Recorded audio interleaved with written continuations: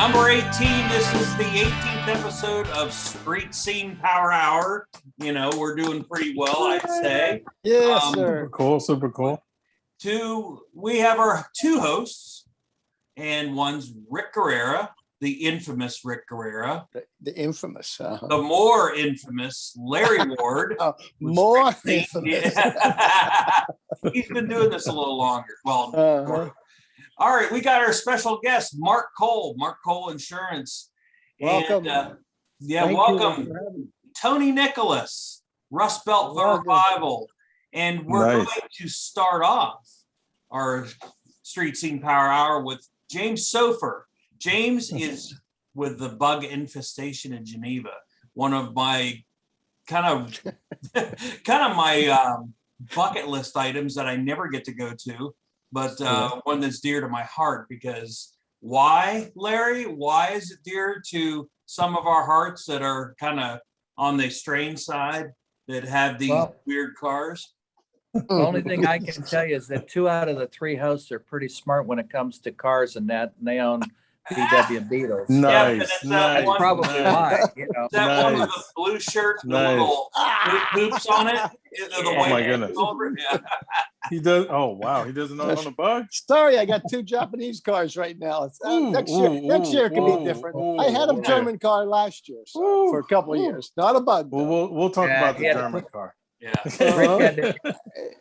Rick had to sell that Mercedes. The what? I said Rick had to sell his Mercedes. Oh no, but BMW after. Oh, BMW. After it was wrecked. Yeah. Very hey James, nice. where'd that name come from? Bug Infestation. Okay, so there's been a show there beforehand for the past 4 years, and I think the goal was to, you always saw bugs everywhere in Geneva. And what's crazy is real bugs. Like real bugs, like Volkswagens everywhere. Okay. And when the time came around, and like the Sunbugs Club really are spearheading this. And it's called the Sunbugs World Headquarters HQ. They're the local club in Geneva that really were pushing for this, because it really wasn't going to happen. Too much time had passed, too many things are going on, and like a fresh start needed to happen to start this club again, or just to start any type of show again. So they're really spearheading it because they all live in that area. They got a hold of the park and really wanted to recreate what's going on for the past 4 or 5 years up at the lake. Recently, the park has been refurbished and redone, and the landscaping has been redone, and the erosion problem has been resolved, and the grass is played down, and brand new sidewalks and brand new everything. But getting back to the name, it just kind of denoted what we wanted to see. We wanted to see the whole place infested and covered with German cars. Like if you go to Sturgis, you want to see a bunch of Harleys. You want to see more than you can handle. And that's the plug, is to really see local people, extended areas, because really in this area there's not that many shows. There's like Jim's Custom VW. They have an annual show twice a year, and there's a few other ones around. But as far as this show and being an all German car show and being all, encompassing and getting the vintage Beetles out, this is the plug, and this is what we want to do. And the Sunbugs Club, who's like a major, sponsor, major spirit partnership with all of this, really has pushed to, have them seen back in the area and recognized, and just bring back the fun and loving these cars and loving the people who are attached to them. You know what, James? I seen some stuff with Sunbug on it, but I never put 2 and 2 together. Sunbugs, yeah, it's an actual club. Like stickers and Now, and how big of a club is that? Oh my goodness, they have their own website. They've been around for the past 10 years. Is it just local? Yeah, local in Geneva. Okay. But anybody could join it. If you get a bug, what's funny is Zane Coffin, who's like the fearless leader of the Sunbugs. His big idea is just to partnership with other people and help them with their bugs. Because most of the time when people get a German car, they don't know how to work on them. You can get the books, you can go to a mechanic, but the whole pleasure of this people's car is really to get your hands dirty and work on it yourself. and and connect with people who have worked on them, and connect with people who know all about them, love them, So yeah, we're just trying to build a community. Mm-hmm. Go ahead, Larry. I know you got quite a few questions, James. Sure. Well, James, what I'd like to find out is where exactly is this thing? Is it going to be up and down the strip, or is it going to be in the park? What's the location exactly? It's actually a Geneva on the Lake Township Park. It's 5041 East Lake Road, Geneva on Lake Township, Ohio 44041. I've written that a couple hundred times, but it's actually at the end of the strip. And Geneva Park At Council the end of the is strip. sponsoring it. Okay. Yeah, Mhm. because the strip, believe it or not, closes down after Mhm. Labor Day weekend. So the main businesses that are open, like the restaurants and the wineries, they stay open around year round. The bars stay open year round. But some of the shops will be closed because really their peak season is during summer, beginning at Labor Day weekend and ending, beginning at Memorial Day weekend and ending on Labor Day weekend. We were trying to tie in with the Grape Festival, which actually happens during this time in Geneva. It was actually canceled because of COVID. And so they were going to do it on the strip. The strip wasn't able really to handle it because there's a beautiful bike event called Thunder on the strip that is just a mega house of cool bikes, events, concerts, and everybody was pretty burnt out. So basically we've kind of got the strip and the park to ourselves. And I think we're just going to have fun, hang out. There's talk of a date move for next year back to Labor Day weekend. Some things are in the works to do that. But this year, the Hail Mary Pass is just to be this Saturday, September 25th, and come and hang out and bring your car. James, Sure. James, I can tell you that I was up there for Thunder and it was definitely packed. And I can also tell you that I think moving it to Labor Day is probably not a good idea because there already will be a full house up there and be packed. So I think maybe having it something after Thunder, like the date that it's on, I think you're going to have a good show. Do you have any idea what number of people you're going to have there? How many cars do you think? So if we did pre-registration, we're already at about 150, but we don't do that because, weather changes, time changes, family emergencies. We just kind of play it loose and free and just kind of want to see who's coming out. The response on Facebook and, the questions and the connections and the sponsorship has been really, really phenomenal. Actually exemplary. We tied in with a group called the Fat Man's Invasion, who they meet at Thompson like 3 times a year and do little, regular drag racing and stuff like that. And they've decided to come along and sponsor and push because they like German cars. They're actually Volkswagen people, believe it or not, but they're also every other type of car. As long as it's got a motor and as long as it goes fast, they're all about it. They're going to be with us. I'm fat. Yeah. I'm out. And, I'm done. Well, no, your Bug would actually get it. Believe it or not, your 1776, it would impress you how fast it could go. It would impress you. 1200, I don't think so. Oh, no. Downhill on a slope. Yeah. Okay. Oh, still no. with a little push and a little wind, you knock it out the park. But yeah, I got all the leaks stopped on my 73, and it's got a little bit of really. So, yeah, I'm going to bring it up Saturday. Yeah, please. We welcome you to come out. We welcome you to come out, take pictures. Walk around, say hi. I should be at the gate. How long does the last? It's going to be from 9 till 4. 9 to 4. And the reason why is because people can stay as long as they want to in the park afterwards because it's really an open park.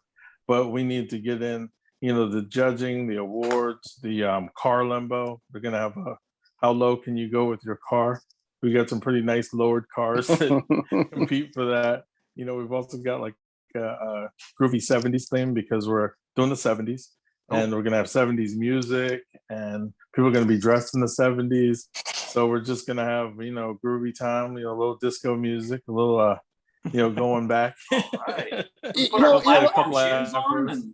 Hopefully a couple of afros. Yeah, we're actually going to give an award for the best groovy style. So we're excited. Okay, Rick, you're in then.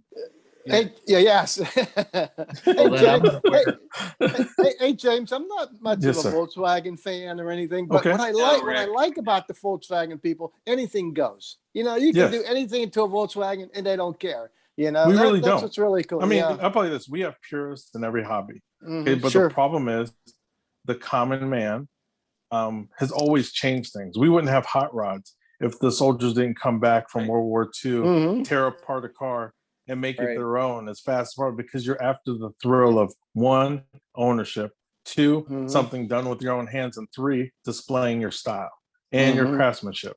And there's purists in every sport. There's purists in every genre. You know, we have our snobs and everything like that. But for the most part, because it's been widely used in kit cars, trikes, buggies, you name it. You know, it's just universal. And who in their lifetime has not ridden in, driven, loved? That's how I learned to drive in the Volkswagen. I learned to drive in the Volkswagen stick shift. Oh gosh, it was probably the early '60s. Still beautiful, but the experiences, everybody's touched one, everybody's been a part of one. It's been somewhere in your life. Some aunt had one, your best friend had one. Yeah, if you're old enough to see the movies Herbie, you know, all those things kind of tie into an experience where it's not just like a people's car, it's like kind of like America's car, because it's been around forever, like, you know, forever. So we like it for the diversity. So Volkswagen means people's car. People's car. And Volkswagen, I don't know how they say it in German, but it means people's car. Volkswagen means people's car. Yeah. I mean, despite its history, you know, of being created by Hitler, it still was a phenomenal idea. And it was kind of copied, you know, like, I think he even stole it from Henry Ford. Like, you know, I'm going to make a car for the people. I think Ford again started it first with the Model T. And, you know, good news travels fast, you know, and Hitler sees it. Oh my goodness. You know, I don't know the direct correlation, but I'm just thinking that if you're going to make something for the people and it's going to be able to handle the diversity, like, you know, it really runs well in cold weather. You know, it's an air cooled engine, minimal maintenance, basic parts, some of them easily adaptable. Yeah. We're not going to talk about heat. Now, that's a whole controversial subject. No Volkswagen has heat unless it's on fire or something like that. But restored correctly, it is. But the big blessing is. Oh, I'm sorry. What will be talk about the classes now? You said there's going to be judging and stuff like that. Tell us a little bit about different classes you're going to have, James. Okay, so this year we decided to do a top 3 in each decade. So 50s, 60s, 70s, 80s, 90s, and up. We're also going to have what's called the Buggy Friends Club Award, because we have a little club that basically specializes in kit cars, buggies, trikes, and that's going to cover them, like just top 3. It's not going to be a 1, 2, 3. This is the top 3 that are seen in that class. That, you know, the judges who are impartial. Some of them have Volkswagen, some of them don't. You know, we're trying to make it a more organic show. You know, it's our first year, you know, coming back, and we just want to kind of start off slow, because I mean, we're an organic show. Those have had concourse judges and they've done that. We're just more of a home-based type of thing and more of a people's. We're going to also give out an award, a promoter's choice, which, you know, I will have a part in that. We have I'm trying to think what else. I think that's it. Okay. I mean, about 21 awards given out, you know, 3 in each decade. And just trying to give like a sprinkling of what's going on as the show grows. Of course, the awards will grow, but we're just trying to cover all of the Volkswagens, you know.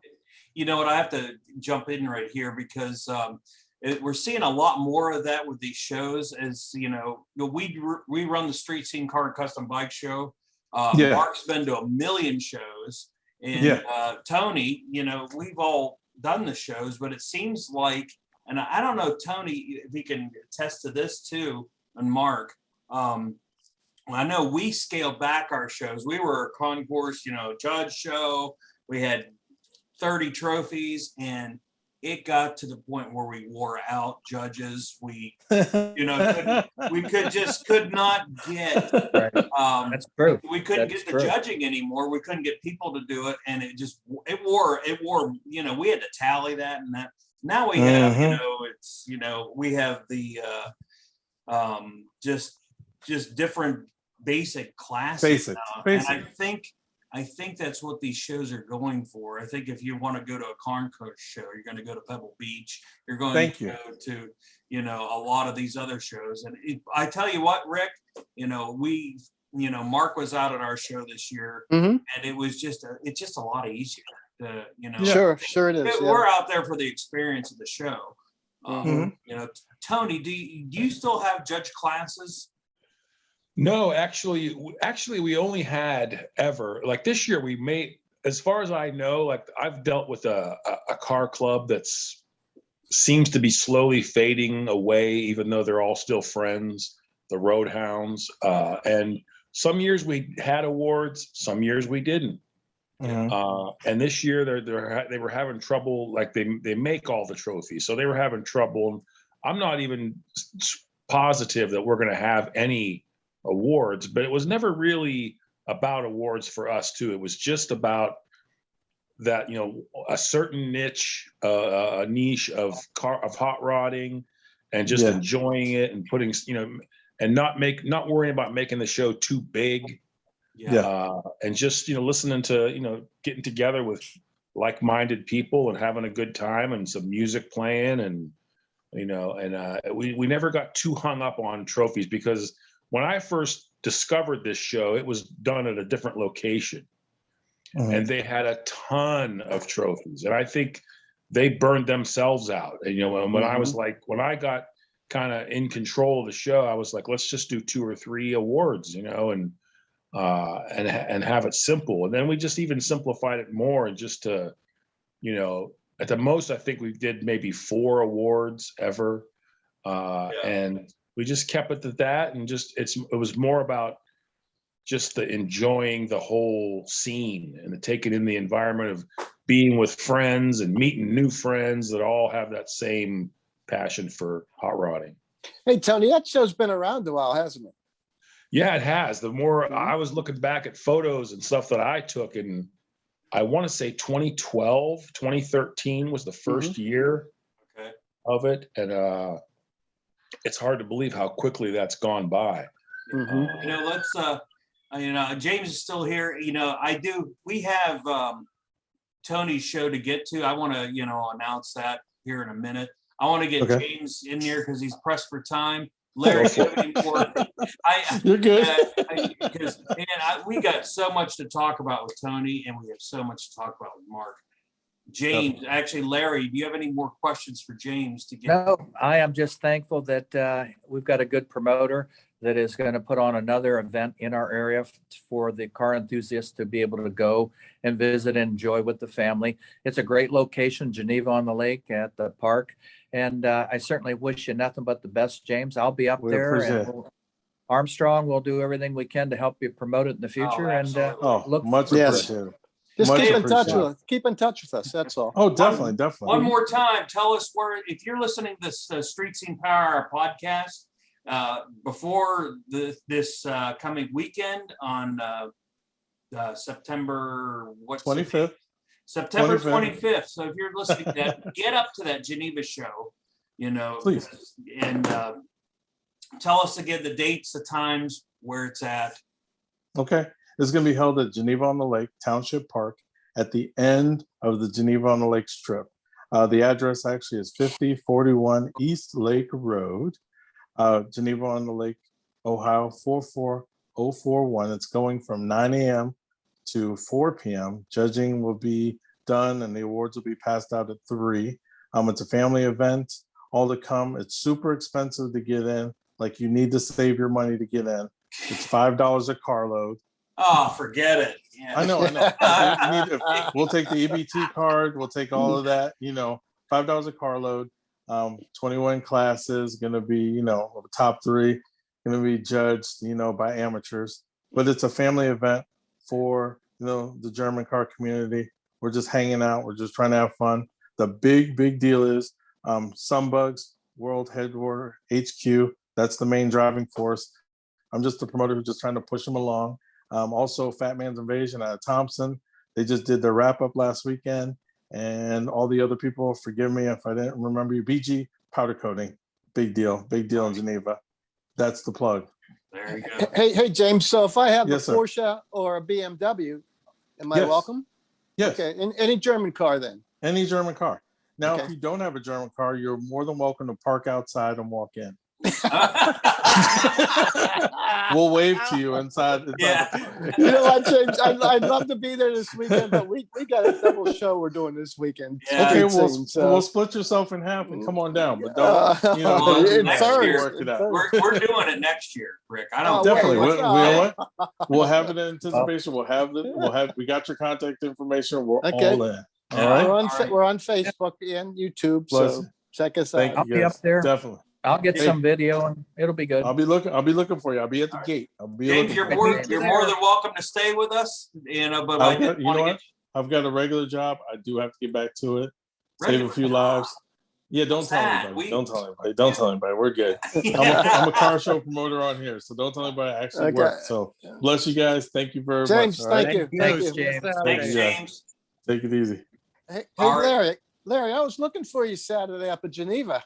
My girlfriend Beth and I were up there for that bike show. You Thunder mean on the for street. Thunder?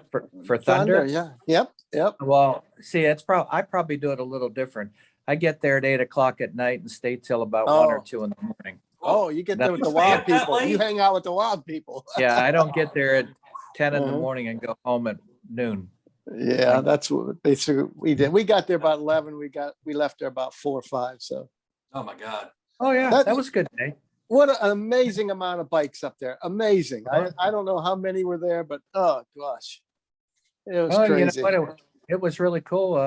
And I think it was well managed by the Geneva police. I didn't see any issues. Everybody was having a good time. I didn't see anybody looking for problems, and it was a good time. Mhm. Yep, that's what it's all about. Wow. You know what? We have let's hit Tony Nicholas. Rust Belt Revival. I love Yes, that sir. show. Let me traject onto that, because we got wind of the Rust Belt Revival a few years ago, and Rick's like, we got to go do this show. And we announced that we were going to come and record the show. And I get a call from, I think it was Tony, and said, we aren't even sure if we're doing it this year. I'm like, Oh yeah, oh. I remember that. and all of a sudden they were doing it. Yeah. I'm like, Whoa. I guess I should have checked before I even scheduled the show. But Tony, some of the cars down there, I'll never forget the show that we actually recorded. And during Christmas, when we run the old street scene episodes for our Christmas bash, we will be running the Rust Belt Revival. Some of the cars that you guys pull in is unbelievable. I mean, the customs, the rat rods that you pull in is just unreal. And Larry, if you haven't gone to the Rust Belt Revival, you've got to stop. It's at downtown Youngstown. Rust Belt That's- Revival. There it is. And I I had have to show you. I have a poster of it right here, Terry. Tony. Tony, There you go. tell us a little bit about the Rust Belt Revival. I can't even say that. Well, like I mentioned before, that I met these guys, this Roadhounds Car Club, maybe 2010, at the Ox Roast show at the Trumbull County Fairgrounds. Which was an excellent show. Yeah, it was an excellent show. And I went there Yeah. just as a photographer to photograph cars. And I saw this 149 Ford shoebox. And my friend of mine said, you got to go look at the interior of this car, what this guy did to it. The owner was not around at the time. Long story short, I photographed the car. The guy chases me down because I'm 6'6" and I stand out in the crowd. So he found me fairly easy. You saw him coming, right? I saw him coming and I didn't run. And needless to say, him and I, Shane Felger, he was the car club member. We're like brothers from another mother now since that time. Excellent. And he was a member of this club, the Roadhounds. In that span of time, I found out my father passed away in like 2002. Okay. And I know he was always into cars. And, you know, we went to everything. When I was a kid, we lived in Indianapolis for a short time, been to everything. But I never knew my father was in a car club when he was in high school. And it was the original, he was one of the original founding members of the Roadhounds from Howland. And I found the newspaper clipping of the whole, like the original members from like 1950 something or other, with all these guys from Howland. And you know, some of them guys were still alive and still could recall that. And I talked to them and met a couple of them. And the club was kind of hanging on, but it was more like just a conglomeration of friends and relatives of those original members. And they did a show out in Jackson, Milton, Ohio on this farm. And it was just the coolest thing I'd ever been to. I mean, the collection of cars was so varied. It just blew my mind. And then somebody sold the farm and they had no place to do their show. And at the same time, I was running an organization called the Artists of the Rust Belt. Okay. And we put on art markets at the B&O station in Youngstown. Yeah. And being friends with them guys, I just said, hey, listen, we can't let that show die. Let me talk to the B&O, see if we can do a car show. And that's how it all started. And it's not there this year, right? Right. It's not there this year. For no particular reason. We just, you know, there came to a point where it started to get complicated. And plus the parking for spectators became an issue. It was too far to walk and so on. And we filled the place up. I mean, there was enough room for about 170 cars and we had it to overflow. You know, we counted over 200 cars in 2019 and there was no place to park the show cars even. Yeah. And it's still the B&O. I never wanted to leave there because it was such a unique environment. You know? Yeah, it was. But this year, if you're not familiar, it's on the far side of downtown from the B&O. It's just on the other side of downtown. It's an old fabricating factory. And it's also the home of it's a facility now. The owner, Derek McDowell from Youngstown, who wants to make it an event space, you know, and it's two giant buildings, and he's really only using one for the time being, and until he can make the other one safe. And it's also where they hold the Youngstown Flea, if you're familiar with that. It's the same building that has. So it gives us the opportunity to put it in another great location, and we're not even sure how many cars we can fit inside, but I want to say maybe 20, 25 cars, maybe more, maybe less, can go inside the one main building that's ready for that. And we'll have some cars there. We'll have the bands, two bands. Who are the bands, you know? Lords of the Highway. And they're both from Cleveland area. Lords of the Highway and David Loy and the Ramrods. And David Loy played at the last show in 2019. He's just a phenomenal entertainer. But just those two. We don't, you know, people have always pressed me to make this show bigger and bigger and do more and have more vendors. And it's not about, you know, it was never about how big can we make it. It was like, let's just keep it cool and low key and about the cars and the people and not get caught up in, you know, all of that. And I mean, you've seen it. Some of the cars, a couple of years we had Hot Rod, we had Rodder's Journal Hot Rod of the Year sitting there in the parking lot. It was just, you know, and the guys from the area. It was just amazing. And the first few years, probably 80% of the cars were literally by invitation because of friends of friends telling, hey, bring your car. Hey, bring your car. And then it just grew and grew and grew. And, you know, but we're happy at the level it's at. This year, I think we could probably fit more cars. Being it's a new space, we have space in the front of the building, inside, and around the back. And it's just, I can't wait as a photographer to see that building with cars in it and wrapped around it. Yeah. Because it's an old, you know, it's an old typical factory building. 340, it's 365 East Boardman Street. So if you're looking, and again, the Rust Belt Revival is October 3rd, correct, Tony? Correct. It's October 3rd, 365 East Boardman Street, 11 to 4. the show runs. And I have to say one time, because we've all been to a lot of shows, but the cars that this show pulls in are so unique, and I couldn't believe it. I still can't, and I still haven't seen any show like that ever. It was a fun show. Yeah, it was a real fun show. So many unique rat rods, unique hot rods there. Customs, there was a couple customs that were absolutely beautiful. What was that one guy had that 53 Bel Air there or something, or was it a Bel Air? That Chevy?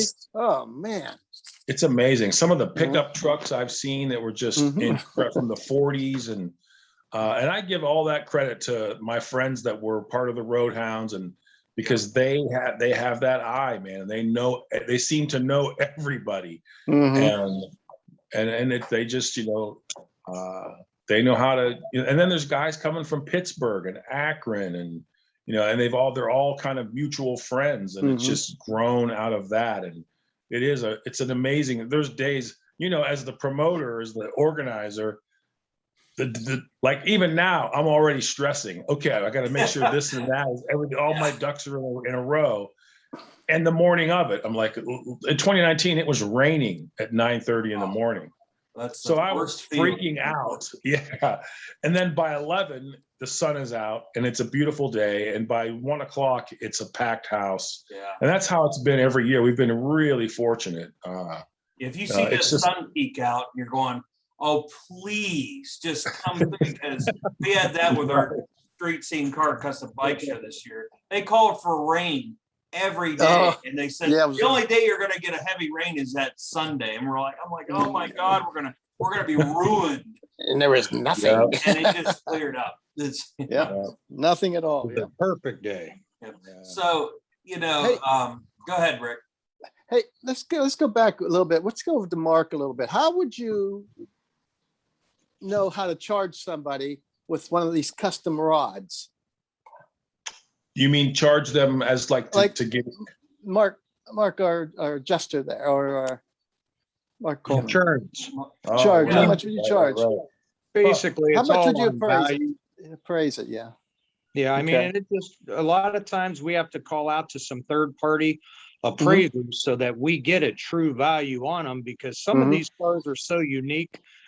You look at it and you're trying to come up with the value, and it's tough. So we reach out to like different ones, local Dave Bialski, and different appraisers, Mike Clem. Mike Clem, yep. We had them both on the show here. Yep. Right. And just said, hey guys, help us out here. What could we do? I have to come up with a value on this car, and I want to be as fair as possible.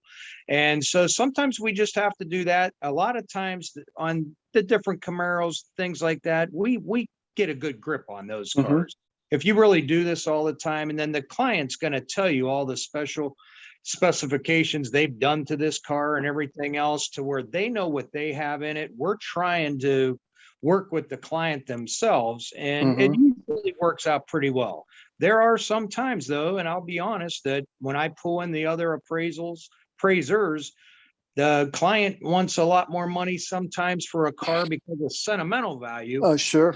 And you really can't put sentimental value on anything like that, but we do our best to make everybody happy, come to a fair number, and then get it with that guaranteed agreed coverage. That's the most important part with the high liability limits, because look at our hospital cost and everything else. If somebody hits you and knocks you, off the road and totals that car and puts you in the hospital, what's that going to cost? And unfortunately, we had that this weekend. We had and Mark, I'm sure you heard that we had one of our friends come leaving a car show this weekend, and he rolled his car onto the roof. He's in pretty bad shape. Rick, I'm trying to remember his name because my name. I can't. I'm sorry. I forgot it too. Fred Rome. Fred Rome. Yeah, Fred Rome. Yeah. We interviewed Fred Rome. He's been in a lot of 10 years ago. Yeah. Yeah, and he rolled his T bucket. So, but we were sad to see that. We're praying for him to get better, get out of the hospital, and get that car rebuilt, because he custom made everything on that car. Every single, I've had that insured, and it's every single part was hand built by. I remember that. He's a genius. There's nothing that he was so ahead of his time. There was nobody with the capability, and I mean, his two hands. There wasn't anything he couldn't do. And he built everything out of brass, and I couldn't believe. I still remember that car. Rick and I interviewed him at the Joshua Walker show in 2009. Is one. Right. Oh, that was 2009. Wow, that was one of our first shows. Look it up. Yeah. It was 2009, and I still remember that car because he had the double tires in the back, the dualies, and everything was brass. And he made everything custom made, and car was incredible. You know, and I know he was very proud of that car. Yeah, the whole family. So let's just hope and pray. Please keep him in your prayers, and let's hope for a miracle now. Yeah. Yes. Yes. Did he hit somebody, or did he just roll it? No. Yeah. No. Yeah. So, keep Fred Robe in your prayers. He's a good friend of Street Scenes, a good friend of Mark Cole and everybody here. So, Larry, you said you had a couple questions for Mark while we got him. We took him away from his day job. I wanted to hear. Hey, I was going to say that. Nice shirt, Larry. I thank you. What are you trying to suck up to get cheaper insurance rates or something, or what? What are you trying to do here? Absolutely. T-shirts now. Hey, where's my? Oh, I guess. Yeah, where's my shirt? You actually have to go to some car shows. Yeah. Well, Mark is very proficient and at underwriting insurance for a lot of different vehicles and that. And what is impressive about it is that he knows the nuances of some of those things. So Mark, when someone is looking for insurance for their, let's just take our Greg's, what is that, an Impala, Greg? The Caprice, 79 Caprice. Okay, you're looking at a 79 Caprice. It's a 4-door. It's been repainted. It has mags. It's in pretty good shape, and it's got a 350 small block that's been beefed more up. Than I do about it. Yeah, so you're going to look at a lot that about car. you. Yeah, Mark, tell us a little bit about the process that you would go through to look at that car and determine, hey, it's not really it's a 79, but it's a little bit better than the average 79. So how do you go about appraising it and writing insurance if he wants it to be agreed upon value? Right. And basically, I'm sure you know what you would want to get out of that car if you were to sell that car right now. And 500,000. There you go. Well, I have a little trouble, but and our underwriting team, I'd say 99 out of 100 that we write, we're right on.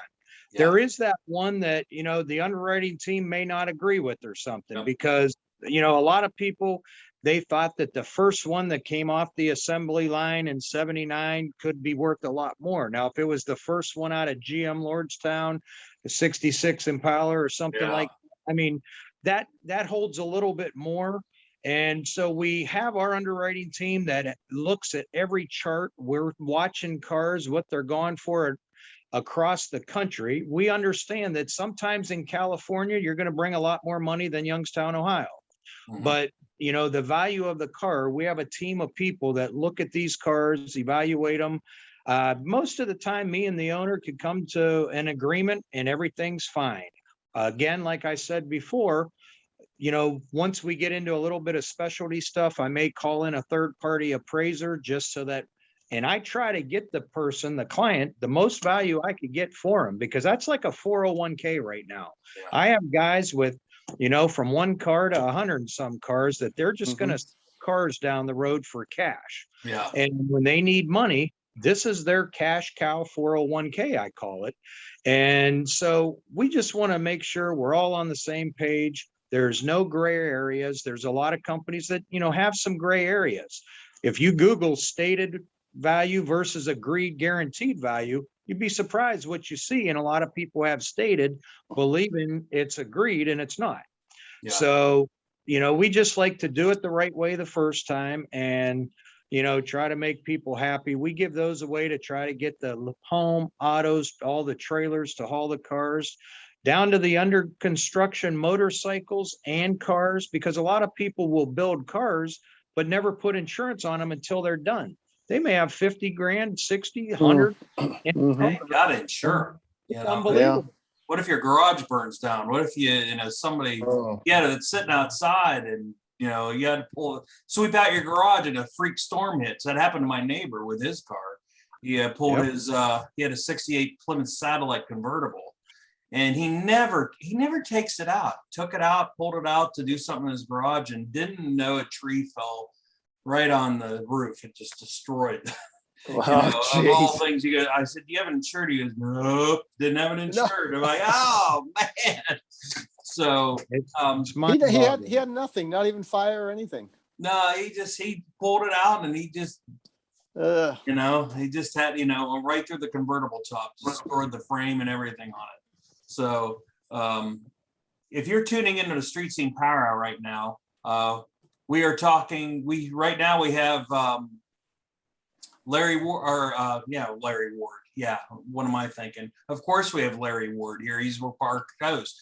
We've got Tony Nicholas here from the Rust Belt Revival, and we have Mark Cole here talking about insurance. And that's what it's kind of focusing on right now in this portion of the show. We'll get back to Tony for a wrap up with the Rust Belt Revival, but we're talking with Mark Cole. And as far as insurance goes, Mark, I see him.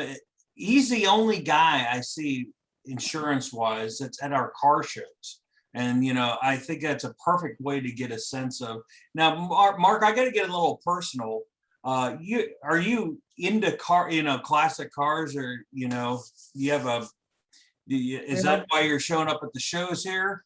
I have a 49 Ford panel truck. There you you'll go. Start to see. I had a bunch that we flipped and flopped and just, playing around with different ones. So yes, I love them just like everybody else loves them. And now, like I told you, I got that panel wagon that we're going to be going around everywhere with as soon as I get it all the bugs worked out. We'll put it like that. All right. So that's sweet. When you started that up at the swap meet, I was like, holy cow, that thing sounds good. What do you got in it, Mark? Oh, it sounds better than it is right now. So no mufflers. Oh no, it's got through hole, but it's got a 350 in it now, which I'm going to order a new crate motor because I needed that and a 700 R4. I just want to be able to cruise wherever, like up to Geneva. Yeah, I want to be able to go to Kentucky and everything. And right now I don't have the right setup in it, and which I knew that when I bought it. And now we're just redoing everything, and then we'll be out on the road cruising all over. Well, sounds good. The 350 you have in it now, what is it all cammed up or what? It's got a bigger cam than needed in that car. Let's put it like that. And it's got 305 heads on it. The person that built it, it just isn't what I need it for. Yeah. And I need it to get some gas mileage. I'm hoping for as much as I can to go places. I don't care about burning rubber and peeling out on this car because it's just a cruiser, but it could bring the golf cart wherever I'm going. And, I could haul that out and we're going to have some fun with it. Yeah, I should have traded you my 355 for that 350 you've got now. Mine's all pretty much a street machine right now. You can go down the highway at 95 mile an hour and it's fine and gets good gas mileage. I want the opposite, man. I want something thumping.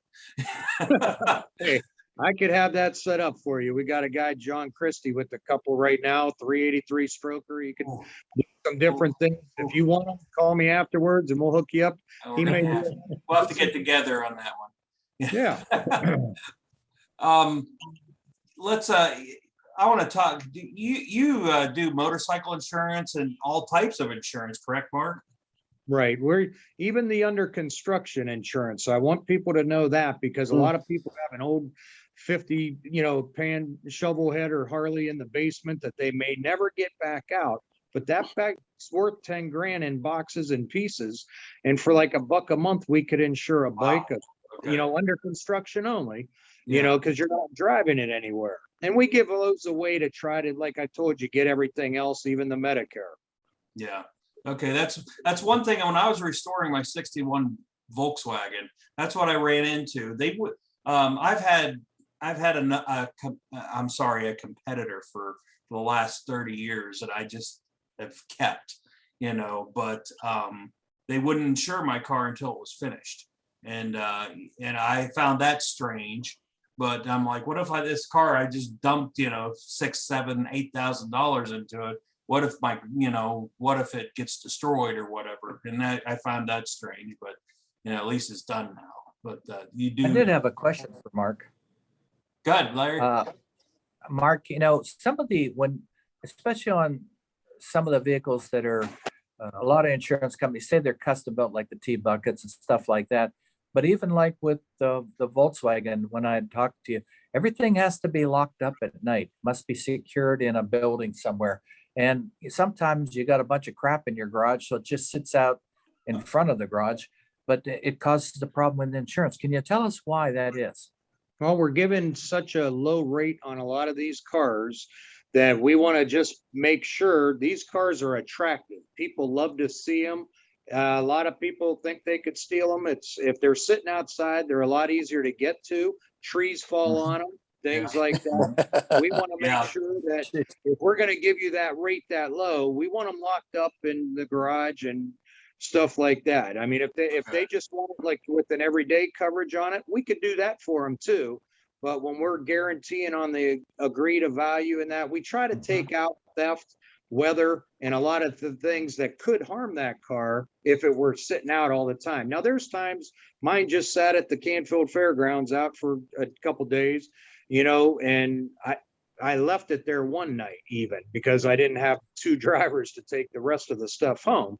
That's okay. We understand that once in a while, or if you're going down to the Kentucky, you're going to the Tri-5 or whatever, and you're going to park it at the hotel for a week or so. We know that's okay, but to have it outside every day, all the time, that's where we just want it under lock and key, because they even have Google Earth where they'll look at the house, get some stuff, and they can see it. Is that car outside? Because we have a lot of cars that, got destroyed, big money cars, that if it was just in the garage, nothing would have happened to it. And that's why they do that.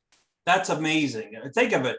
You could pull, they have the ability now to, we'll just pull up Google Earth and here's the address of the car. Let's see if it's out. That blows me away. Yeah, it sure does. The technology is so cool that you can do that now. Absolutely. Yeah, Larry, any other questions? No, I think Mark's covered it all. There's a big difference between just insuring the car and agreed upon value, and I think Mark's gone through that. I think Mark, what is the determining factor for you to recommend agreed upon value versus regular insurance on the car? Well, there's even a lot, like I just wrote a 97 pickup truck with 200,000 miles, but this thing looks like it just came off the showroom floor. Every car we have to determine. I mean, if it fits into where it would go to a car show, it's that super clean, people are taking care of it like that, we could get that coverage on it. Now, a lot of people think because it's 25 years old and they could get a historical plate that they could get historical insurance also. But if a car's not really going to be set into the car show stage and things like that, some of them don't qualify, is the easiest way to say it. Yeah. And, but we make those determinations together, and I try my best to get it done to save the people money.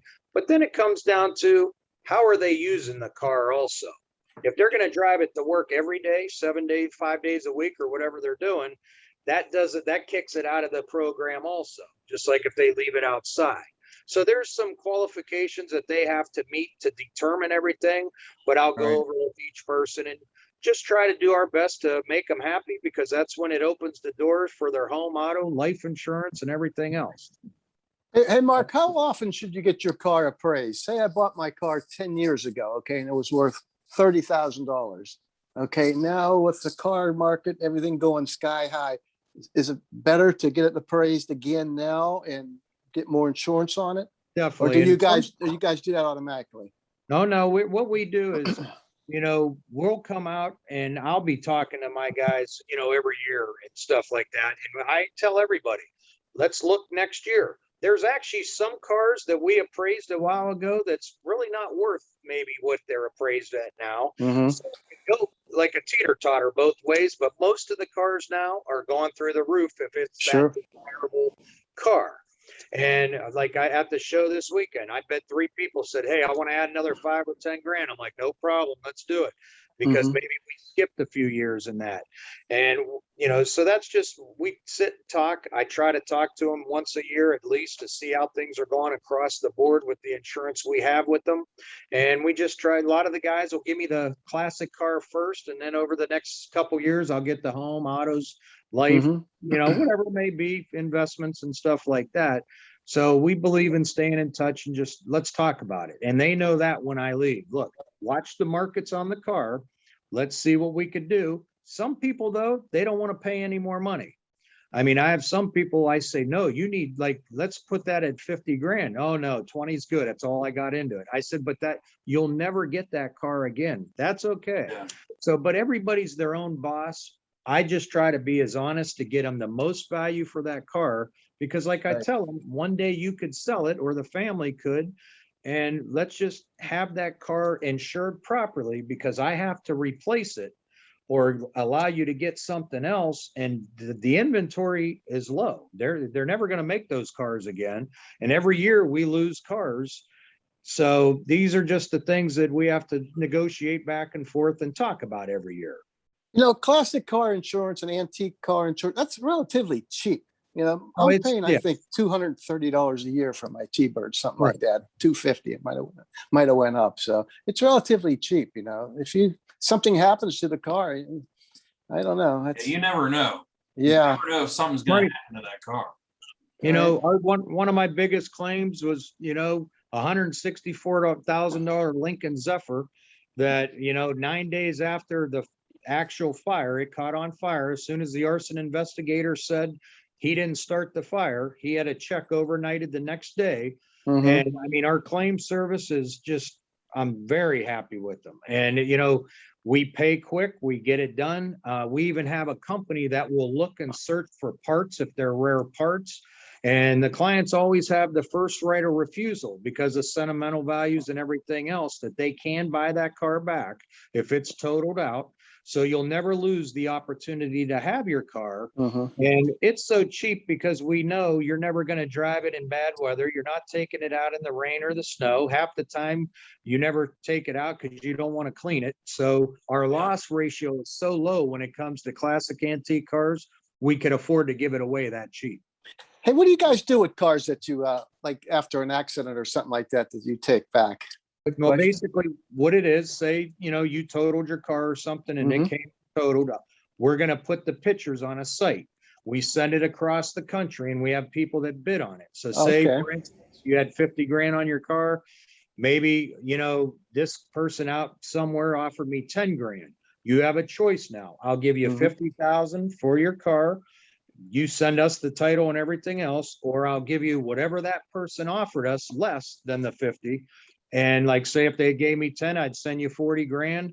And then you just have to, redo the car. Now, the bad Mhm. thing is sometimes you have to get the salvage titles and stuff like that and go through that process. But a lot of these cars have a salvage title already because Right.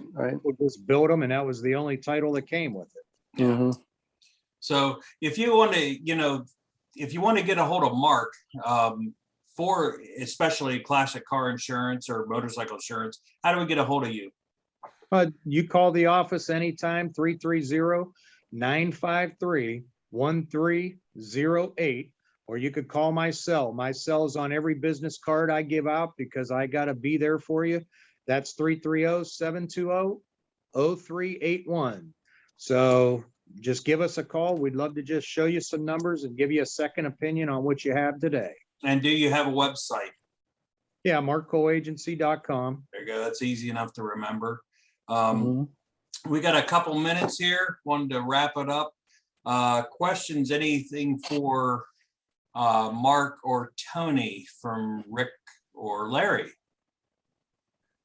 I'm good. Wow. I'm good too. Yeah.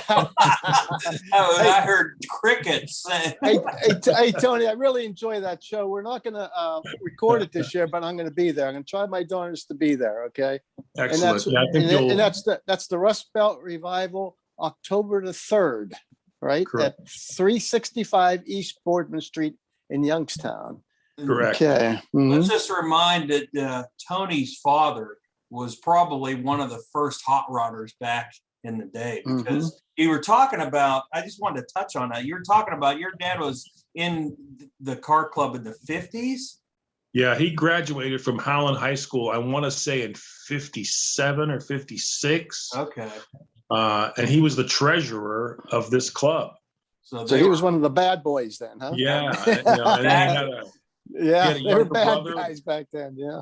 Yeah. And he had his younger brother drag raced at Howland Drag Strip, which I know you guys all have heard about and so on. But that was his thing. And I was so bummed when I found out after he was dead. Yeah. But at the same time, he introduced me to cars. I think I was 6 years old, going to the Indianapolis 500 and to every big car show anywhere where we happen to live at the time. That proves right there. If we got any younger listeners or viewers, ask questions now, because I always think of what questions I would wanted to ask my parents while they were still alive. And Absolutely. Absolutely. Tony, because I would love to. Go ahead. I'm sorry. Oh, I'm sorry. Go ahead. I wanted to ask. No, there's so many questions I would love to ask him about that part of his life that, I don't remember ever discussing it with him, and it's just, it's stuff that's lost to me now, Yeah. And the last question here is give the Rust Belt another plug here. Yeah, Rust Belt Revival, Sunday, October 3rd, 11 to 4, $5 to get in for everybody, no car registration.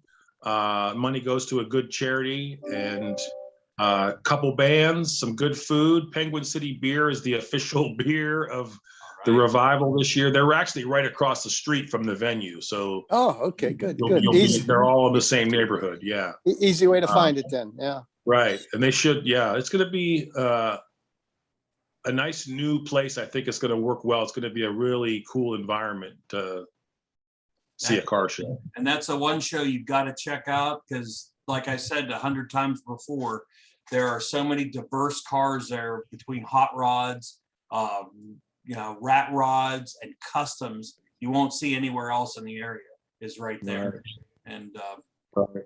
And not to let the cat out of the bag yet, but we're looking at a strictly a motorcycle show at the same venue. And you just let the cat out of the bag. Yeah. There probably will be a motorcycle show at that venue. Now, because I need something to force me to make it happen. You just did. Hinging onto the Rust Belt Revival, they will be having a motorcycle show. Now you have to do it. Everybody here just saw it. Right. Mark Cole, I guess that's happening. Thank you so much, Tony, for joining us. Mark Cole, one more time on how to get a hold of you for any type of classic car home insurance. Oh, yeah. 330-953-1308. Call and let us give you a second opinion out there. There you go. Larry, any more to add on to this? No, in 2 weeks, my next guest will be Neil Bailey, who's a world traveler on motorcycles. He's a photographer, and he's also a journalist for On the Level BMW magazine. So that'll be coming up in 2 weeks. Okay, perfect. So that's something to look forward to, Rick.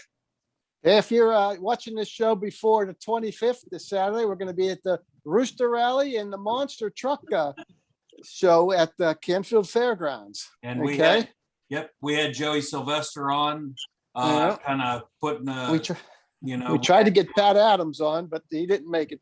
3 times. And also coming up here real soon here in a couple of weeks is the Hershey Fall Meet. That's the big flea market there, the 6th, 7th, 8th, and 9th. That's Wednesday to Saturday.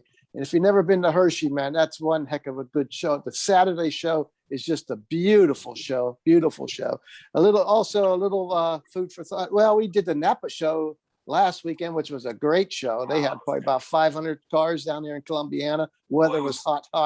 It was Beautiful. hot on that blacktop, but there were so many cars down there. What a great Yes, there was. A little seed before we forget here. The 69th Detroit Autorama is coming in March. Okay, we're gonna have to get Mitch Cohen on here, and we're gonna have to get Greg to go to this thing. I know, I'd love to. If you've never been to the Detroit Autorama, man, it is one show you gotta see. I quit doing these street scene episodes and having to edit them all week. Maybe I would have some time, right? Well, I'm gonna buy you a ticket. I'm gonna buy you a ticket, and you're gonna go. Yeah, tell my family that when we need this done at the house. Figures. There we go. What's nice about it? The Hot Rod Club over in Youngstown. What the heck's their name? I can't think of it. You pay them $55. You get on the bus. Youngstown Ride and Custom. That's it. You get on the bus.